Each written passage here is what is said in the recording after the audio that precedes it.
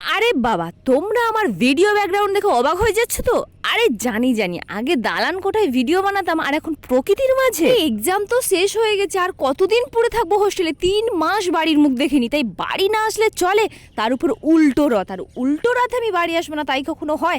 আর তোমাদের কাছে get ready তো আমার শেয়ার করতেই হবে। ছোট্ট সোনাটার আমি একটা ছোট ভিডিও নেওয়ার অনেক চেষ্টা করছিলাম, কিন্তু এত তিরিং বারিং করে লাফাচ্ছিল যে আমার প্রচন্ড ভয় লেগেছে। আমি যে ভিডিও করি এটা আমার বাড়ির দিকের মানে গ্রামের দিকের কোনো মানুষই জানে না। যদি ওরা জানতে পারে তাহলে ভাবে বাপরে বাপ, মেয়ে কি খারাপ কাজ নাই করছে।